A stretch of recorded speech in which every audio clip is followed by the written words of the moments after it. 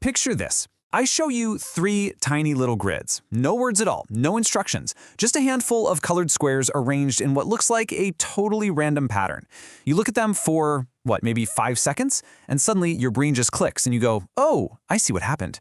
Now, imagine I feed that exact same puzzle to a state-of-the-art AI. I mean, the exact same system that can write complex code and literally pass the bar exam. And nothing. Complete collapse. It is totally stumped. So why does that happen? Well, welcome to this explainer on the Abstraction and Reasoning Corpus, or ARC. Today, we're decoding the central mystery behind these puzzles, and honestly, along the way, we're going to explore the very nature of intelligence itself. Okay, let's dive right into this paradox. We've got AI models today that can accurately categorize millions of highly complex images, right? They can identify cars, super obscure tree species, human faces, all in a fraction of a split second. But you ask them to figure out what changed between 2 tiny simple grids, and they just fail. It really forces us to ask the big question. Is the AI actually reasoning, or is it just blindly recognizing patterns that it's already memorized from those massive data sets? Untangling this question kind of changes everything about how we view the future of intelligent systems. The contrast here is just absolutely jarring. A human looks at an ARC puzzle and experiences this instant relational insight. Boom, 5 seconds, problem solved. But the AI, relying on its traditional pattern-matching muscles, it experiences a brittle, complete collapse. And here's the thing. The core issue isn't visual acuity. The machine doesn't need better eyes or a higher resolution to see the pixels. What it needs is something infinitely harder to program, the ability to actively discover a hidden rule. Which brings us to a really foundational concept, structured reasoning. Simply put, this is the disciplined, step-by-step process of transforming raw, chaotic perception into a clear, executable program by discovering the underlying relational rules. This is radically different from a standard AI's typical see, guess, output flow. Simple pattern matching? It just skates along the surface, looking for basic similarities. But structured reasoning digs deep into the actual logic and physics of the problem itself. It's kind of like the difference between recognizing a picture of a bicycle and actually understanding how the gears in the chain work together to move that bike forward. To actually solve these puzzles, a system has to follow a very specific cognitive chain: perceive, objectify, relate, and transform. The pixels on the screen are literally just raw material. The real magic requires this massive mental shift, moving away from simply asking, what does this picture look like, to asking, what are the objects inside this picture actually doing? You're taking a flat, static image and turning it into a dynamic, working system of moving parts. Let's try a quick mental shift right now, just to see how this feels in your own brain. I want you to forget the colors on the grid for a second. Imagine that the grid is a city, viewed from above. Suddenly, every little cluster of colored regions you see isn't just a pixel anymore, it's a building, and every empty cell is just the street or the open space between them.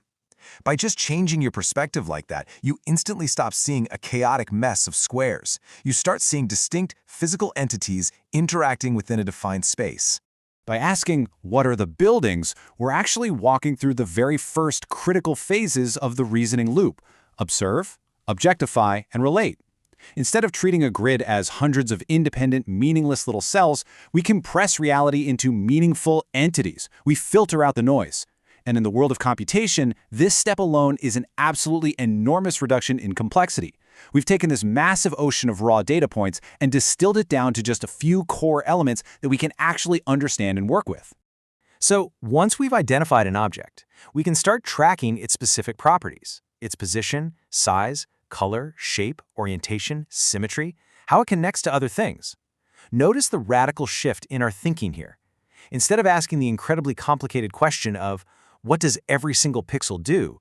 We ask a much simpler, highly structured question. Did object A move? Did it rotate? Did it change color?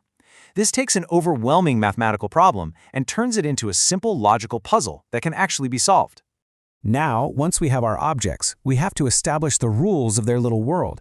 How exactly do they relate to each other? Are they sitting to the right? Are they positioned strictly below? Or maybe they're perfectly mirrored. We're moving from raw perception, like saying, oh, there's a red square, coordinate 4, 7, to a strict symbolic representation, like red square A is exactly to the right of object B. This symbolic language is absolutely crucial. It provides the exact logical groundwork a machine needs to start hunting for the puzzle's hidden rules. It's essentially the foundational grammar of logic itself. But, here is exactly where human intuition can get us into a bit of trouble. You might look at one single example and immediately think, aha, I know the rule. But one example can often support multiple, entirely different explanations. In logic, we call this the underdetermination problem. A truly disciplined solver has to act like a miniature scientist. It has to build competing hypotheses side by side. Like, maybe the rule is to copy the object, or maybe it's to mirror it, or maybe it's to rotate it. It has to test every single one of those ideas rigorously. So how exactly do you test these competing theories? Well, you demand evidence. You have to ask rapid-fire, provocative questions to find counterexamples. Let's say your absolute favorite theory is that every blue object gets duplicated. Okay, great. Now scan the rest of the data. Does a blue object remain unchanged somewhere else? Does a green object also get duplicated? Does the size of the object break the rule? You have to aggressively poke holes in your own best ideas. So the crucial point here is this. A single counterexample completely destroys the theory, period. Don't try to prove your hypothesis. Actively try to destroy it. This active falsification is totally non-negotiable for true intelligence. A system absolutely must try to tear down its own favorite ideas. Because, look, an AI that confidently generates the wrong explanation might look super smart for a second, but it will be remarkably brittle the moment it's tested in the real world. It has to be its own harshest critic. But what happens if you test every single hypothesis you can possibly think of, and absolutely nothing works? Well, here's the plot twist of this explainer. Sometimes the rule isn't the problem at all. Sometimes the fundamental language you're using to describe the puzzle in the first place is completely wrong. You're simply asking the wrong questions, basically trapped in a framework that doesn't actually fit the reality of the problem you're trying to solve. When rules fail, a rigid pattern-matching AI will just try to search harder, endlessly mutating its guesses within the exact same fixed framework. It's literally like banging its head against a brick wall. But a true reasoning system, it uses representation switching. It mutates the language of the problem itself. It might suddenly realize that what it thought were 10 independent pixels are actually just one unified object. It completely changes its level of description to find what actually matters, shifting perspective until the solution just suddenly becomes obvious. And once you finally find the right representation and a hypothesis actually survives your rigorous attempts to destroy it, you move to the payoff: synthesize, execute, and verify. You take those surviving relationships and you combine them into one coherent, executable transformation. You're no longer just making a vague observation that, oh, the object moved. You are writing a precise, step-by-step procedure to move it yourself. You are fundamentally building a program from scratch based purely on logic and validated rules. Which brings us to this really fascinating concept, sometimes called the Emojiglyphics connection. Think of it like a formula. A glyph representing an entity, combined with a relation and a transformation, becomes a computational operation. These symbolic operators are the missing link. They bridge the gap between human-like abstract concepts and the actual hard computational execution that a machine can carry out. It basically takes an intuitive human leap and grounds it in rigid mathematical reality. And this leads us to a climactic realization about intelligence itself. Let me read this. Reasoning can be viewed as discovering a compact procedure that explains observations and successfully predicts what should happen next. Solving these arc puzzles isn't just playing a matching game, it is actually program synthesis. We're moving way beyond just recognizing surface similarities. We are constructing a functional, executable explanation of reality. We're figuring out the hidden physics of a tiny universe. But there is one final, unforgiving hurdle in this reasoning loop before we can actually declare success. You have to ask, will this still work when reality changes? This is the ultimate test of generalization.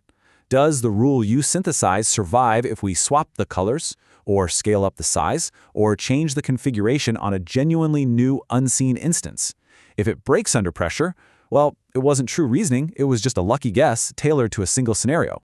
Think of it kind of like learning to play chess. You could memorize 10 exact board positions and perform beautifully if you ever encounter them again. But the very moment you encounter an 11th, completely unseen position, your memorization collapses.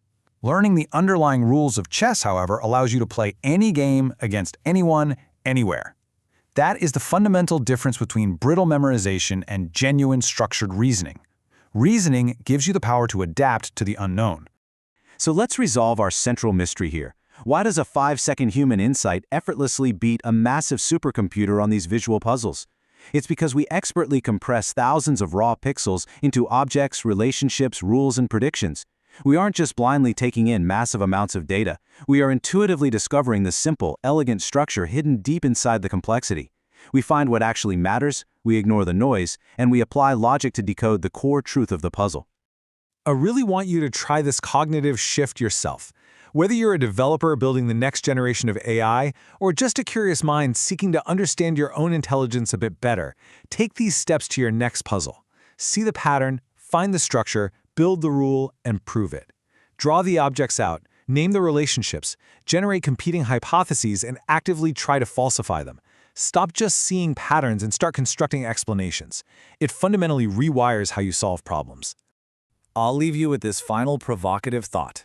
As we watch this rapid, almost dizzying evolution of technology right now, ask yourself, will the future of AI belong to machines that simply memorize and see more data, or will it belong to symbolic systems that can truly reason and discover what actually matters? It's a question that really defines the next frontier of human and artificial capability. Thank you so much for exploring this explainer with me today. Keep questioning and keep reasoning.